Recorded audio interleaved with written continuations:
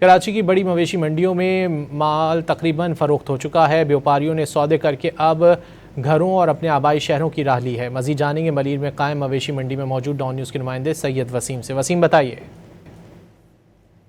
جس وقت میں موجود ہوں ملیر مویشی منڈی میں، ہم نے super highway northern bypass Mandi کا بھی وزٹ کیا۔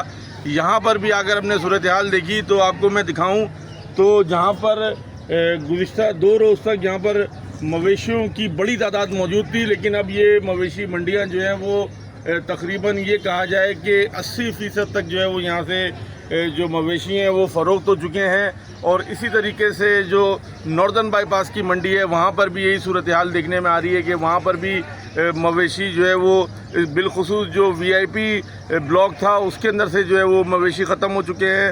دیگر بلاکس کے اندر بھی مویشی فروخت ہو چکے ہیں۔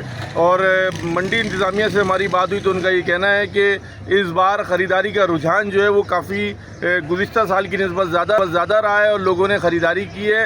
اور یہاں پر اس وقت ہم نے دیکھا کہ مویشی منڈی کے اندر مویشی اب تقریباً 80% تک جو ہے وہ ختم ہو چکے ہیں۔ بیوپاری اپنا جو سامان شہر کے جو ملک کے دیگر شہروں سے یہاں پر آئے تھے وہ اپنا سامان لے کر یہاں سے اب واپسی کی جانب ہیں۔ کچھ مویشی جو ہیں وہ ابھی یہاں پر موجود ہیں جن کو فروخت کا سلسلہ بھی آج جاری ہے۔ کل جو ہے وہ عید الاضحیٰ سے پہلے یہاں پر ابھی بھی جو ہے وہ جوڑ توڑ اور سودے ہو رہے ہیں مویشیوں کے، اور ہم نے دیکھا کہ سڑک کے اوپر کچھ جانور موجود ہیں جن کی خرید و فروخت کا سلسلہ جاری ہے۔ جی شکریہ سید وسیم۔